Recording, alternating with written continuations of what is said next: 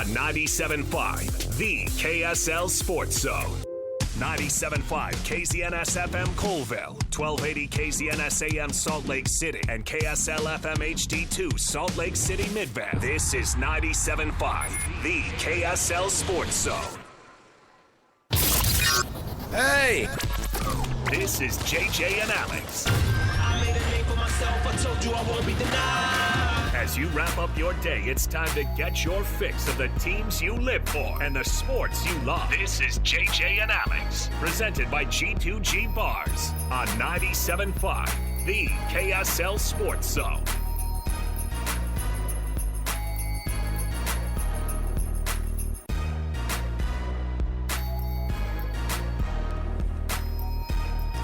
Hey, everybody. Welcome on in. It's another edition of JJ and Alex, 97.5, the KSL Sports Zone. Alex Curie, Jeremiah Jensen. JJ's all decked out. You got to do it. Look, you're doing the Lord's work over here, buddy. Doing some taping right before the show. It never ends. Then we do the show, and then you got to go do more TV. It's all right. It's fun. It's a good time of year. You don't even get to be in Paris. You got to do all this extra work. I assume that those guys are just hanging out, taking a quick dip in the Seine River, and then popping out, crunching on some croissant, and then I assume going to all the fun events that they want to go to, and then hitting the bed early because you want to sleep in because you're kind of on vacation. Isn't that how they covering the Olympics goes? I think they had 31 hours of programming I saw in 2 days. It's been pretty crazy. Obviously, historic. We haven't had a chance to talk about it's fresh. The big announcement. We'll get to it. I get to tell you where I was watching the announcement on Tuesday, aka Wednesday night, Wednesday morning. But yes, joining us on the program right now from France, he is Sam Farnsworth. Sam Farnsworth, did we dial 10-10-321 to be able to dial you up? Is that how we save money on international calls that way? Oh, we keep dropping. Phone call keeps dropping. Maybe we should have used AT&T's 10-10-321. How are the T-Mobile towers in Paris right now? I don't know. It's 11:05 p.m. Yeah. That's how I remember. It's exactly 8 hours from here to Paris. Like the time squish. And so I know how tired Sam is because I received, and I don't know, I mean, you know this. There's a couple of Alexes in this building, all right? There's one across the glass from us right now because Alex is filling in for Jeremy this week. I'm Alex. Alex Cabrero and I have been working here Alex is probably 25 years going on here, right? Oh, yeah, he's been here longer than me. So yeah, Alex is probably 25 years. For the last 20 years, I've received Alex Cabrero's emails because they're like, hey, Alex, just a quick drop, just a quick line here. And I'm like, wrong, Alex. I get that. Sam Farnsworth did it to me the other night. Really? Yeah. Hey, here's some pictures from today. Stuff they were shooting around town. And I was like, hey, wrong, Alex, bro. And he's like, oh, and he gets it because he goes, yeah, this will only happen for now through the rest of eternity. So I'll apologize for it, but at the same time, it will happen more. You got a couple of Alexes in your phone if you work in this building. All right. Our program brought to you by G2G Bars. All natural ingredients and no preservatives make the G2G Bar perfect for anybody who needs a quick, tasty, and nutritious boost. And we're going to kick off the show as we always do at the cut. Let's jump in right here, and hopefully we'll get to Sam. We'll at least talk about some Olympics before we get him on the program here. So let's jump in right here. It is the cut. It's time for the biggest story of the day. This is what made the cut with JJ and Alex on 97.5, the KSL Sports Zone.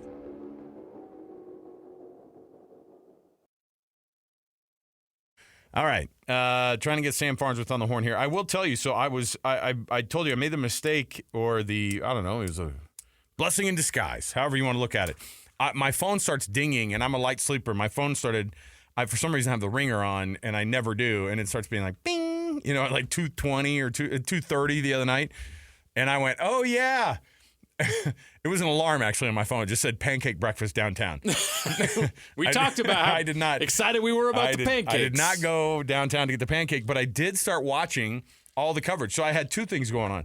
I had my phone in front of me, and then I turned on the TV because the Channel 5 had the full programming. Yeah.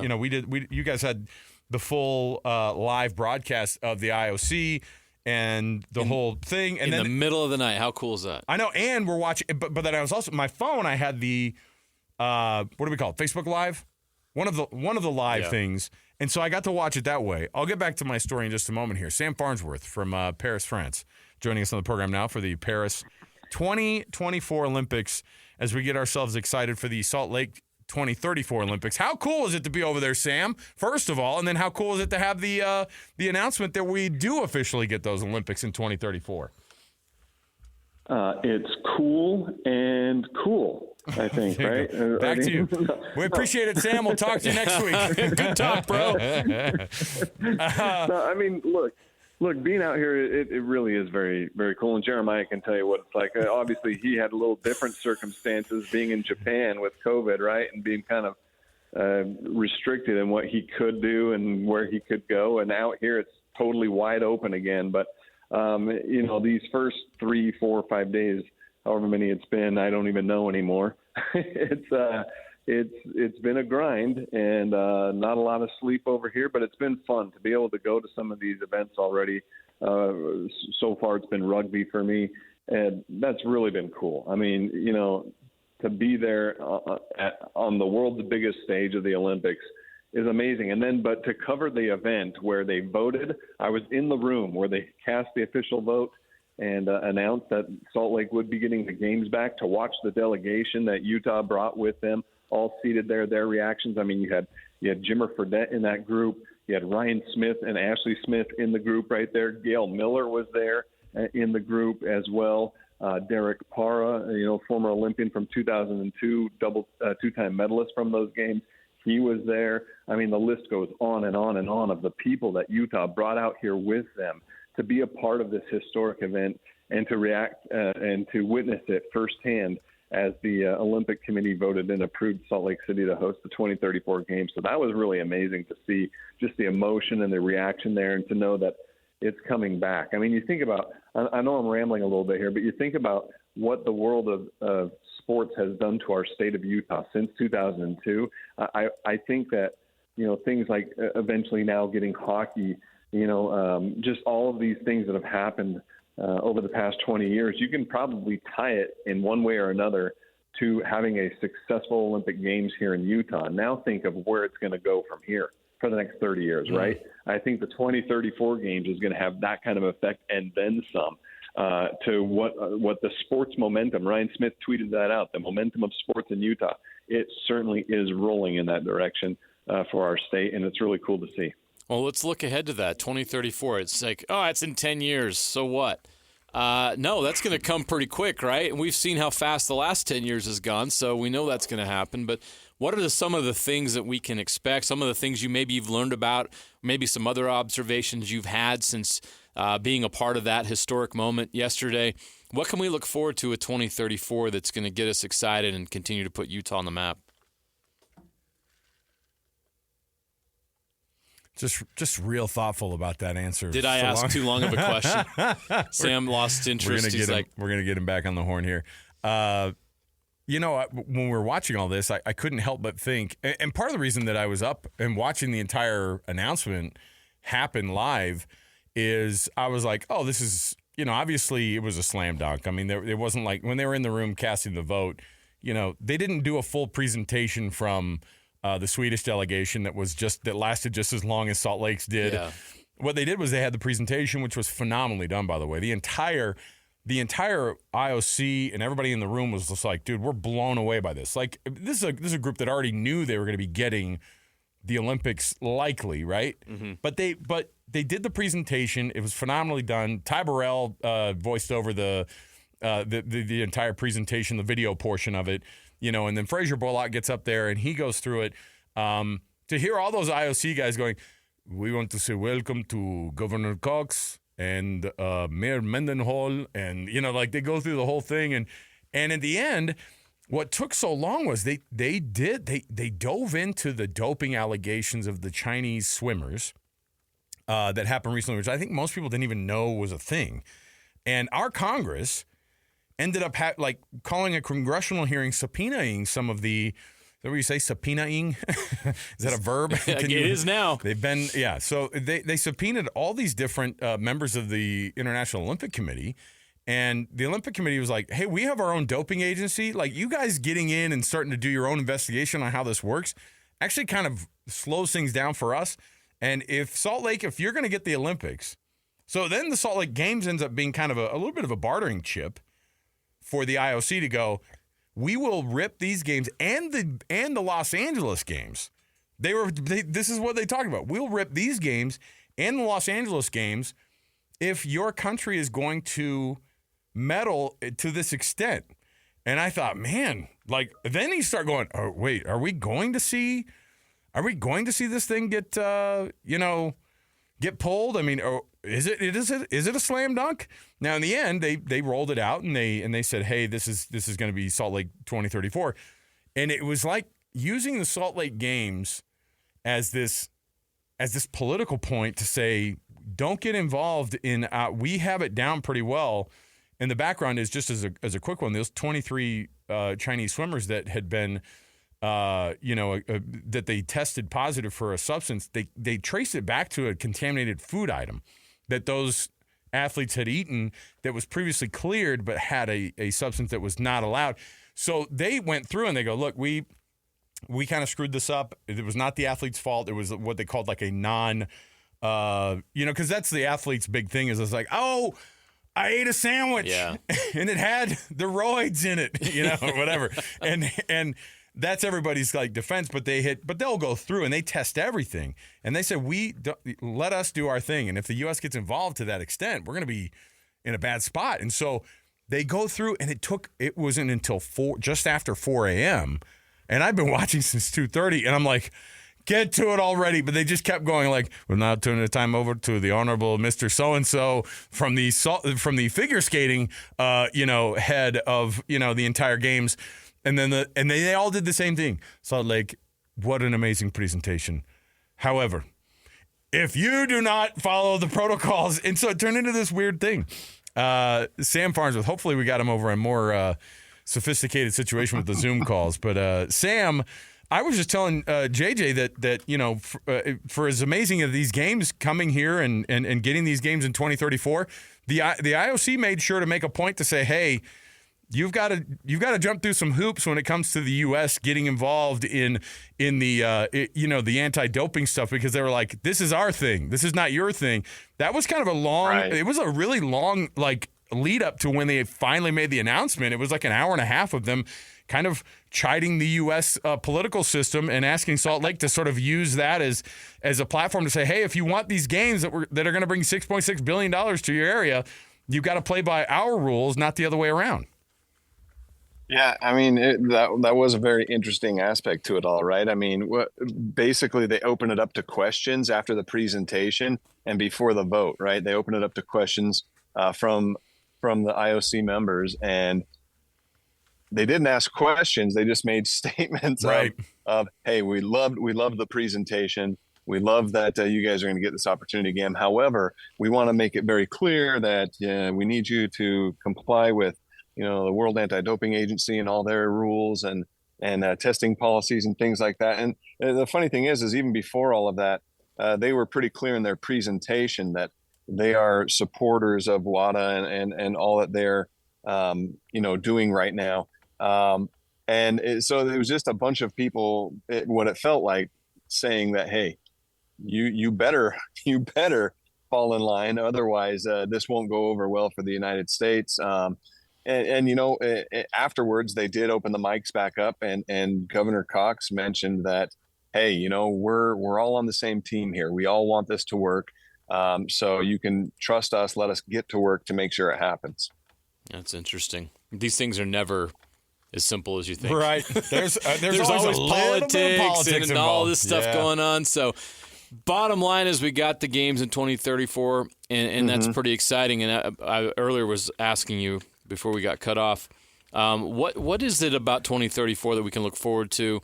Anything you heard in the last 24 hours that you thought was the most interesting, and what changes could happen? Anything that could happen between now and 2034? What is the thing that has you most excited about the 2034 Olympic Games? Well, before a month or two before the vote, the IOC was out in Utah. They were kind of inspecting all of the facilities that Utah has, and there was just a lot of praise at how well kept up all of the facilities are from 2002. They've all been updated or have plans to be updated, and so they're still at a very high level for international competition. So you think of, okay, what does Utah have to do between now and 2034? It doesn't seem like there's a lot that they have to do, but there are things they are going to do. And I'm really curious, obviously, with the hockey team, the NHL team now coming to Utah, and the plans that Ryan Smith has for downtown Salt Lake City, how that might play a role in everything that they're doing. Of course, you want to have all that completed well before 2034 also. So it'll be interesting to see how quickly, all of those pieces fall into place with SEG and with the city and the government, and how quickly they get the downtown project completed. Because you'd think that a renovated new arena would play a big role in this upcoming Olympic Games. Outside of that, there hasn't been a lot of talk yet. You just see, I've seen some of the posts that, oh crud, now we really do have to get to work. We've got 10 years to make this happen and to make it fantastic, to make it better than it was last time, and the best Winter Games that the world has yet seen. Sam, what was the, when everything was kind of said and done and the dust settled a little bit on it, what's the thing that really, and I think the facilities are a big part of it, but what's the other thing that kind of separates Salt Lake from some of these other cities that did make the bid? Well, one thing that, maybe this is just my Utah bias coming in, but you got to love the proximity of all the venues, right? I mean, every ski resort in Utah is within an hour of the Wasatch Front at the most. Park City is only 40 minutes from downtown Salt Lake at the most, where you've got, the Winter Park with ski jumping and the luge and bobsled and all that as well. You got the Oval over there in Kearns, Curling's in Ogden. It's just everything is right there. And there's just something about the attraction of sports to Utah right now, right? We're all witnessing it with what Ryan Smith has done with hockey, with what the Millers are trying to do with Major League Baseball, with how basically this bid for the 2034 games was uncontested, because everyone's like, oh, Salt Lake's doing it. There's no way, there's no way we're going to win that bid with how well prepared they already are and how well they've been able to upkeep everything from 2002. And so, everything has just fallen into place, and for Utah to get these games. And I think it's going to be, obviously we still have a lot of time, 10 years, but it just feels like it's going to be really amazing, unlike any other Winter Olympics before, because that's what it was back in 2002. It was the best Olympics at the time, and still one of the best all-time Winter Games that have ever been put on. And so it just feels like there's no way Utah is going to fail to come through once again. Yeah. As we look ahead to this Olympics and the focus on summer here, I want to ask you this. And you're looking at, you've obviously looked at a lot of the local athletes and what they're doing. But every Olympics, there's that one athlete that maybe we didn't know very well or didn't know at all that by the end of the Olympics is on a Wheaties box. Who is that athlete in this Olympic Games? That's a great question. I don't know if you're right. 100%. There's going to be someone that we didn't know very well that's going to emerge and become the star. But when you first go into the Olympics, you're like, man, there's all this star power that you expect to rise and kind of steal the spot, or not steal the spotlight, but to be there in the spotlight again. Look at the men's national basketball team. I know that these last couple of warm-up games have been nail biters, but they are a loaded roster full of star power from the NBA, right? All-time greats are on that roster. You look at the women's gymnastics team, and with Simone coming back, and you totally expect her to steal the show when gymnastics is going on. And there's just all of that for me. And I know I'm kind of being a homer about this, but for me, I kind of feel like once 3-on-3 basketball gets going again, there's going to be a little bit of that old Jimmer mania that's going to kind of re-blossom and re-bloom in the United States. Jeremiah, you covered it firsthand, right? Oh, yeah. I mean, how crazy it was. It wasn't just a local thing in Utah. No, it was that thing not. really spread across the country. It was massive what he was doing in college. And I think a lot of people are going to be reminded with stories that are going to be told when 3-on-3 basketball is going on about what he meant to college basketball at that time. And it's going to be almost like a resurgence on the global scale, because I feel like that 3-on-3 team has a great opportunity to bring home a gold medal.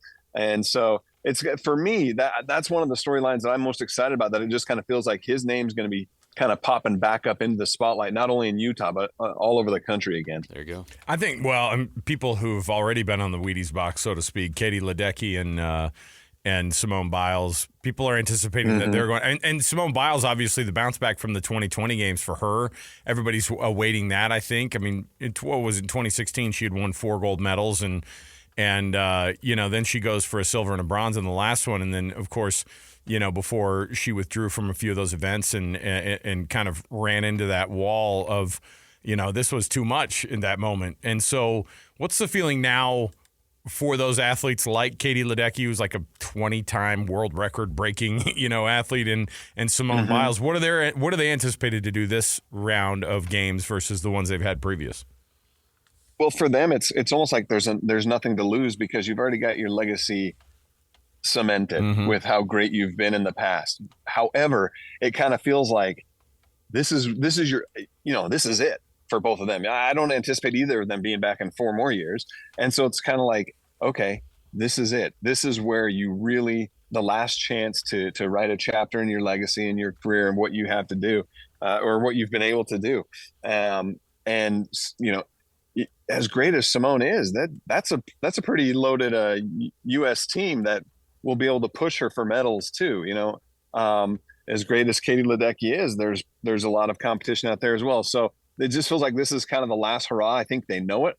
Does that add any extra pressure, even though they've succeeded at this level before?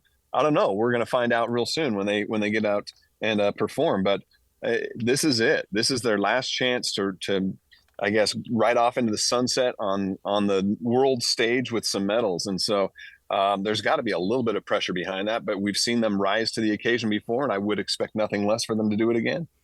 And because of our interest in the NBA and in basketball, we'll be following the basketball side of things pretty closely. And you mentioned 3x3 with Jimmer, but the 5-on-5 team is going to have a lot of eyeballs on it with LeBron James and company.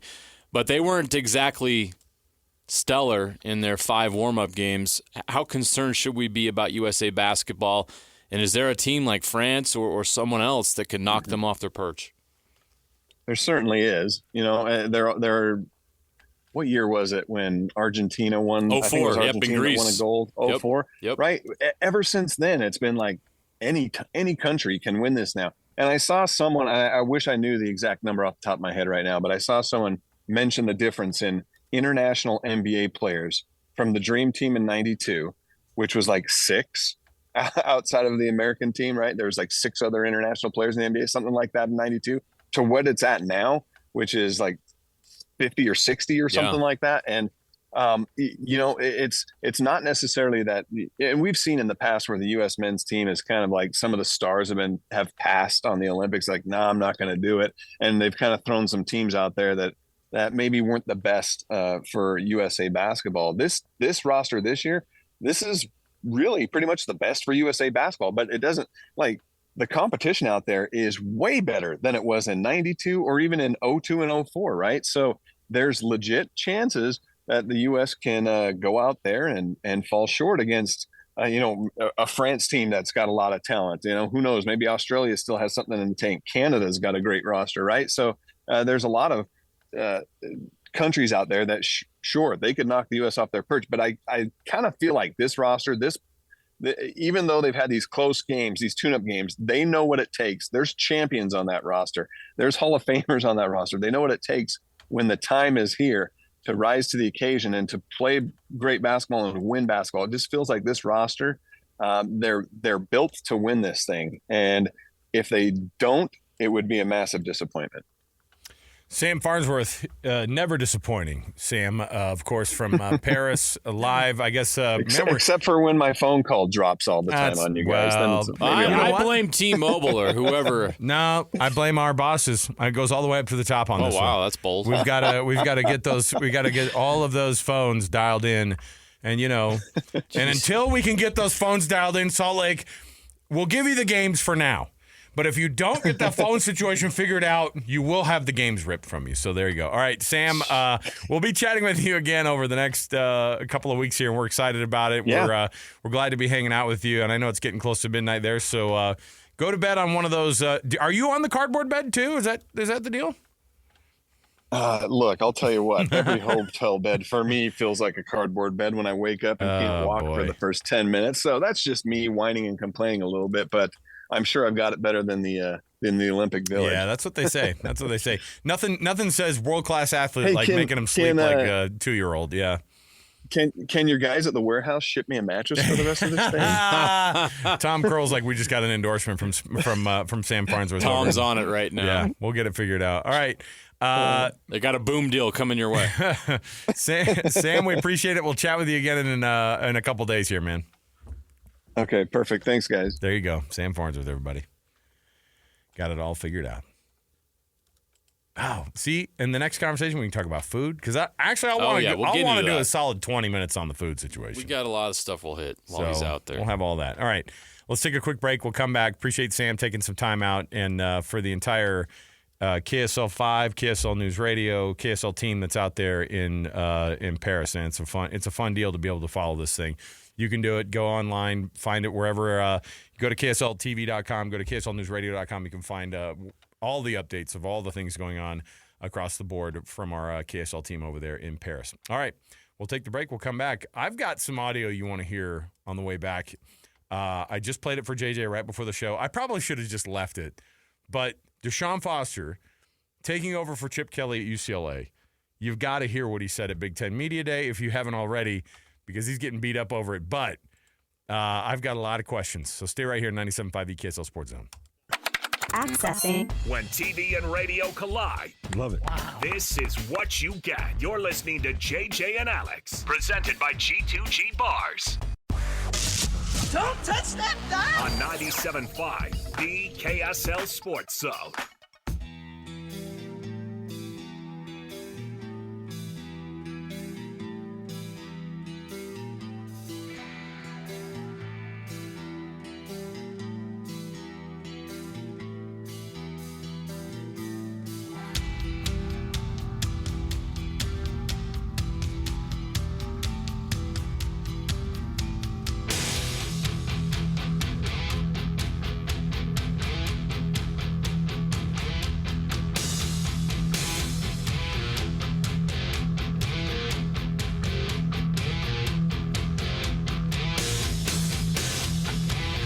Oh, my goodness.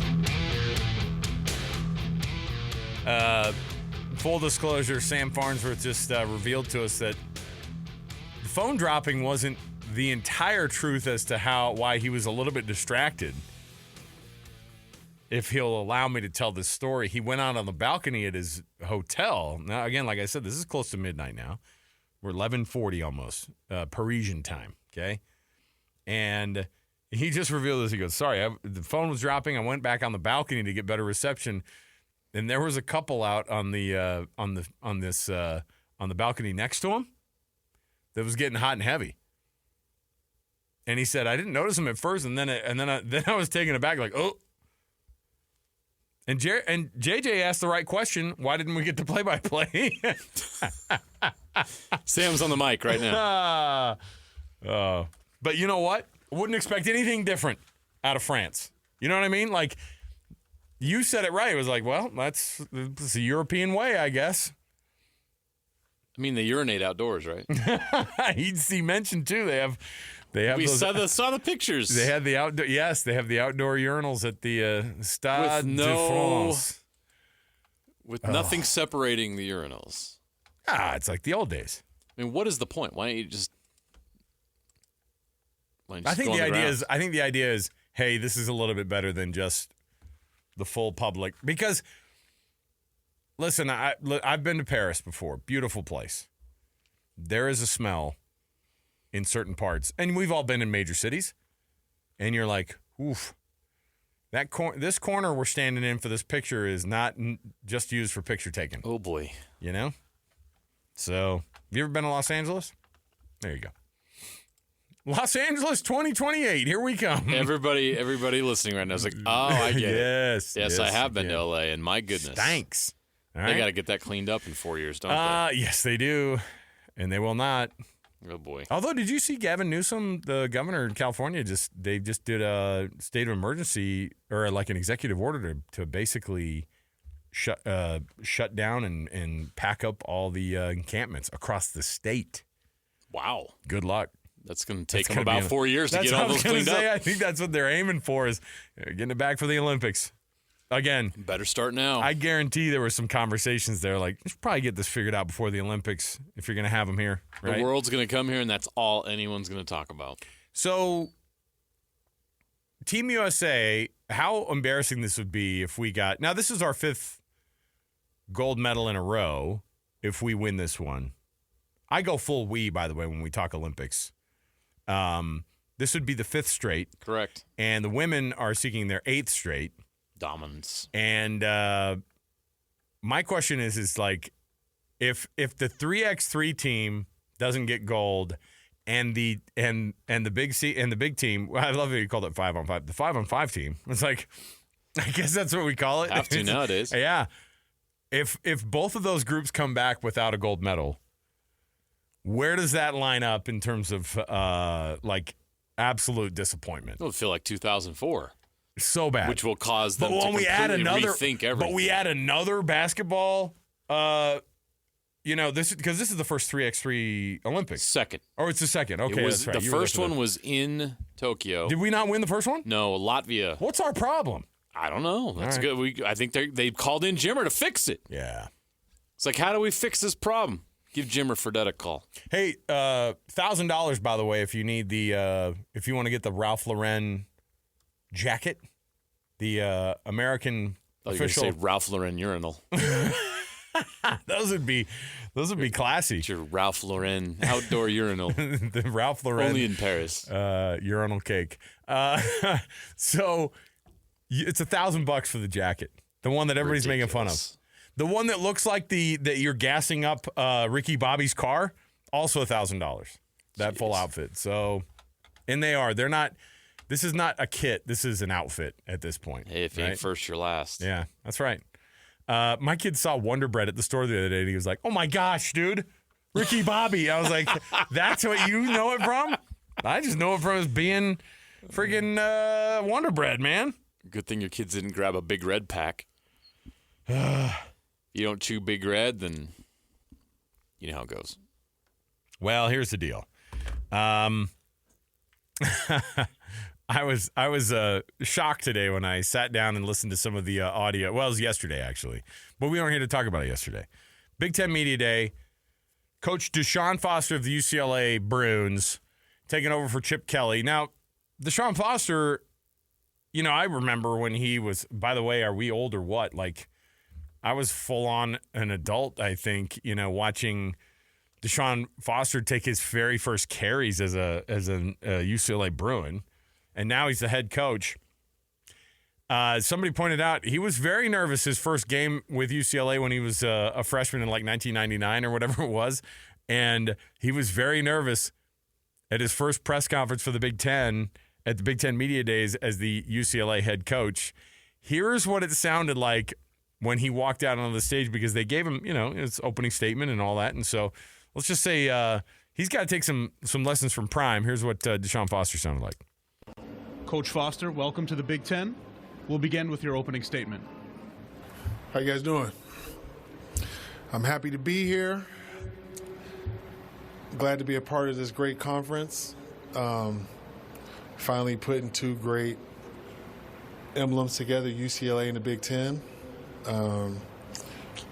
We're a school that's won, 123 championships, so this fits us being right in this conference. Football-wise, we're just excited. I'm sure you guys don't know too much about UCLA, but our football program, but we're in LA.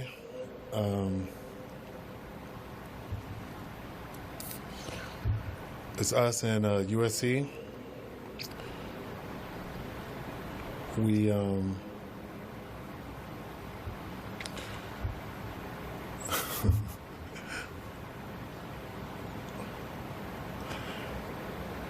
I'm just basically excited, really. That's it. Any questions?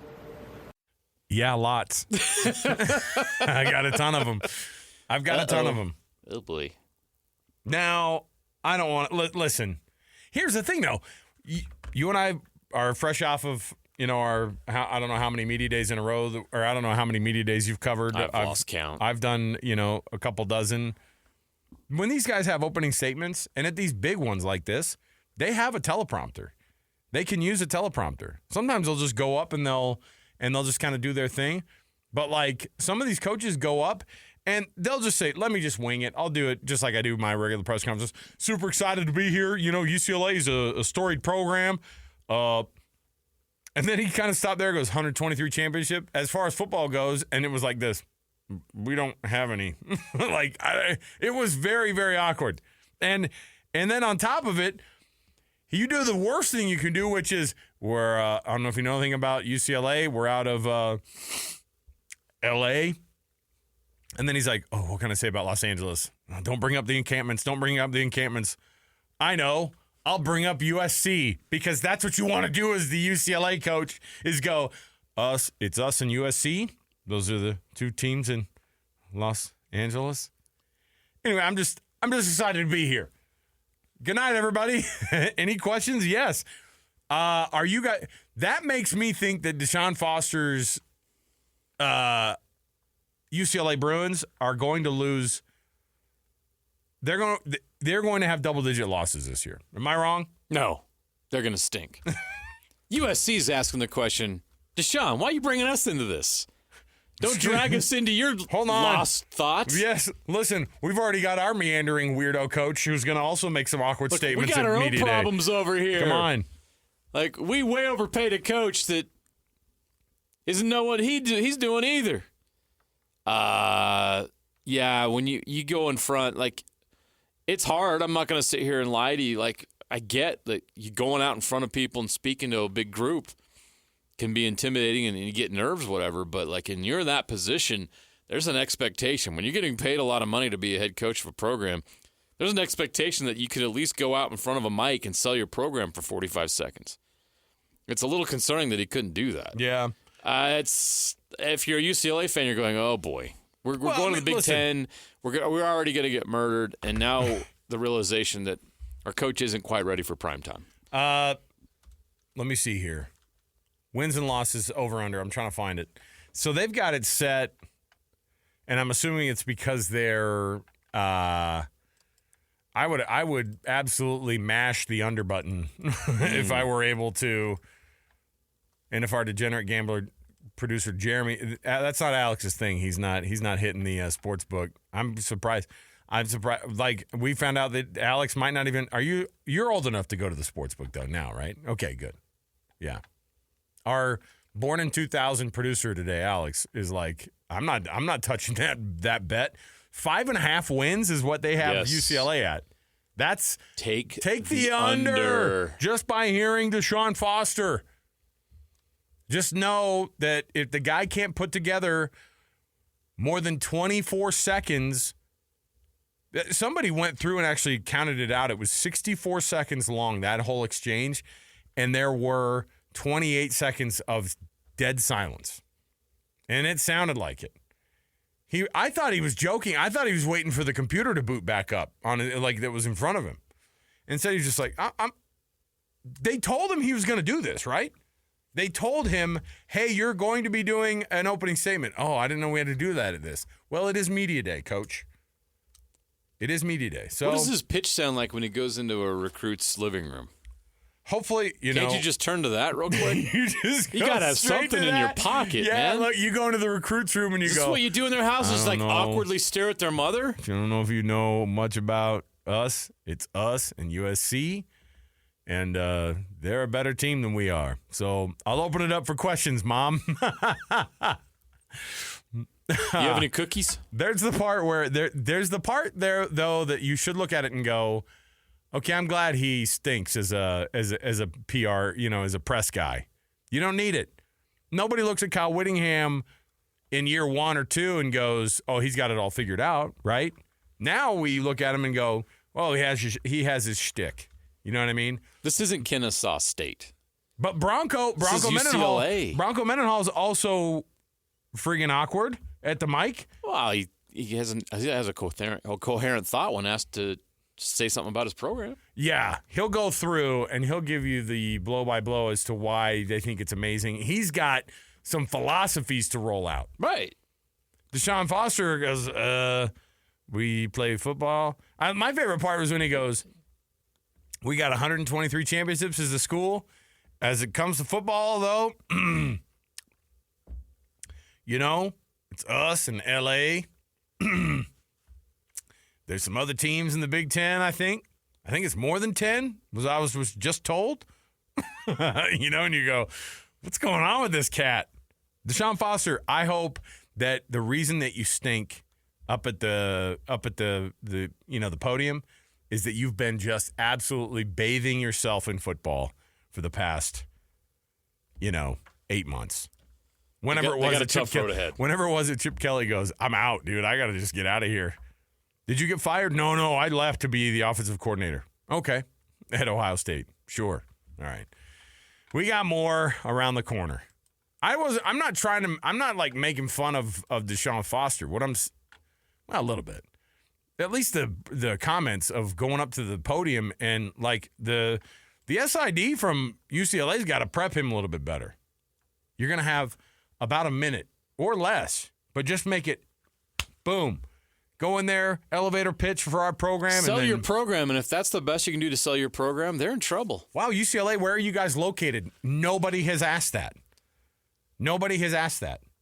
We were confused by the LA on the end of UCLA. We weren't sure. Thanks for clearing that up, Coach. And the part where he goes, finally, two good brands come together with UCLA in the Big Ten. I was like, is he trying to make a knock on everybody else? I think it was he didn't know where he was at, like in his head. Like he had a lot of thoughts that hit him. Don't be nervous by those chubby beat writers who are staring at you to ask those questions. Yeah, what kind of food you guys serving at the Rose Bowl this year? All right, we'll take a break. That's my... You're going to make us pay for that? That was my Jim Gaffigan as a sports writer, I guess, impersonation. We'll come back. No Hot Pockets. You know what? He would make a great, cast him in the movie as a sports beat writer because he would fit the mold. Oh, he'd be great. All right, we'll come back. We've got more to go. Our Would You Rather segment right around the corner. Sort of Olympics-based. We'll come back. We'll talk about it next right here, 97.5 the KSL Sports Zone. Listen, everybody. Real-life hypotheticals to get your brain churning. As JJ and Alex ask, would you rather?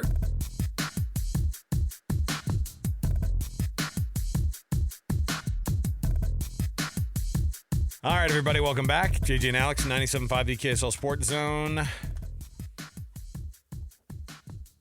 Yes, it's that time of the show for some Would You Rather.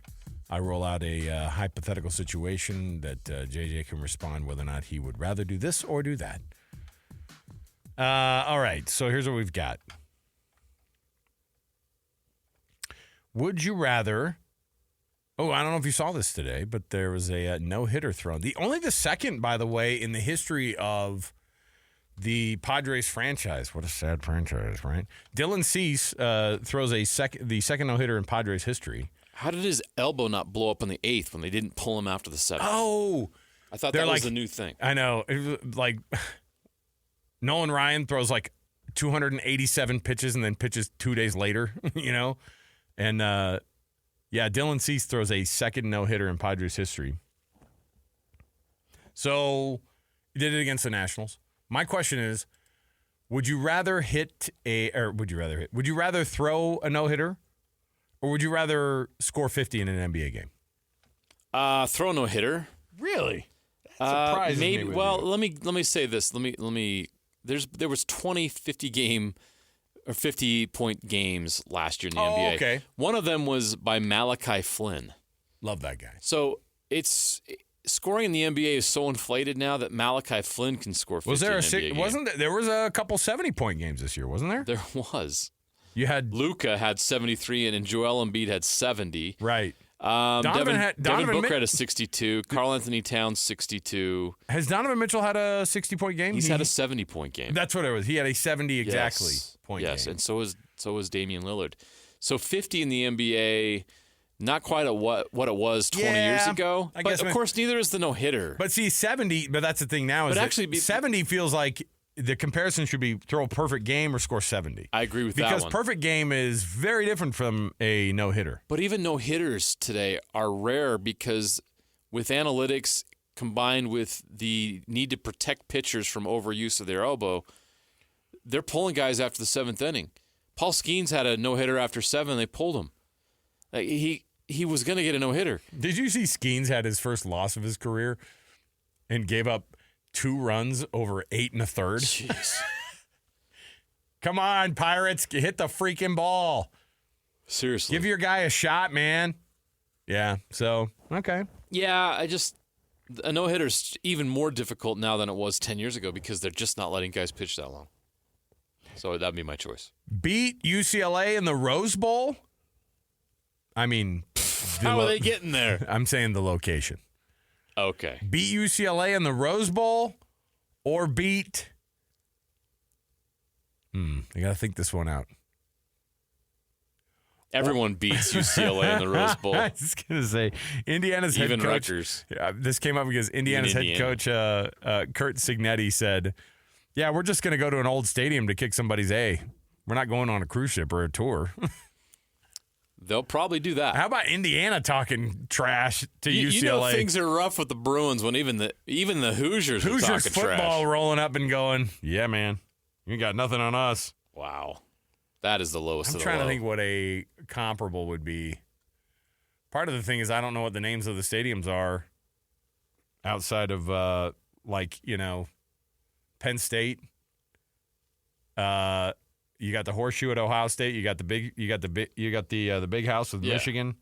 After that, I don't know any of the stadiums. Well, after that, there's not really any that are really that impressive. Northwestern plays at, I think, the same field my high school played at. But they're upgrading the facilities. It does look like a high school game when you go out and watch Northwestern play at that stadium, by the way. Anyway. Okay. Would you rather throw a no-hitter or throw for 400 yards in an NFL game? That also feels a little bit like there'd be more of those instances, but I'm not going to say throw 500 yards because it's not like you just – okay. Throw a no-hitter probably. It's because it's historic. Whenever you throw a no-hitter, it goes down in history. How many quarterbacks have thrown 400 yards in a game? All right, how about this? But just the fact of being an NFL quarterback and having the ability to throw 400, that's a different question. Okay, how about this? Win a bronze medal in table tennis at the Paris Olympics or win the Nathan's hot dog eating contest. Table tennis because I don't have to puke when it's done. Oh, don't you want to be a winner? Come on. Oh, hey. Bronze is not a winner, bro. It's a medal. Bust the BCS. What do you win for the hot dog eating contest? I think they give you $1 million. No, not dollars. I think you get some money, though. You get your gallbladder removed? What's your reward More for people winning are that? watching that than they are watching the bronze medal match in table tennis. That's fair. Bust the BCS or be the first big upset in college football playoff expanded history. The expanded new playoff. Only, 3 schools know what it was like to bust the BCS? Well, Hawaii did it too. Timmy Chang. Don't forget. No, who was it? Who was their quarterback? Colt Brennan, rest in peace. That's right. Oh, that's right. Yes. Forgot. Yep. Wow. It got dark, didn't it? That's your fault. We can't end on that. 10,000 for the hot dog win? Alex coming through with some that doesn't even cover the surgery that you have to remove the Polish sausage. It's lodged in your chest. It's my 3rd heart attack this week, Bob. Just drink some water, Bob. It'll go down smooth. All right, let's take a break. We'll come back. When we return, we've got a conversation to have about the best quarterbacks in the NFL. Didn't feel like this warranted just a mention in the NFL Roundup or the NFL Blitz. We wanted to make sure and get it to the because I wanted to see. Basically, I just want to know where Aaron Rodgers is on this. Okay, so we're going to come back. We'll chat about the tiered lists of NFL quarterbacks right around the corner. Stay with us, 97.5, the KSL Sports Zone.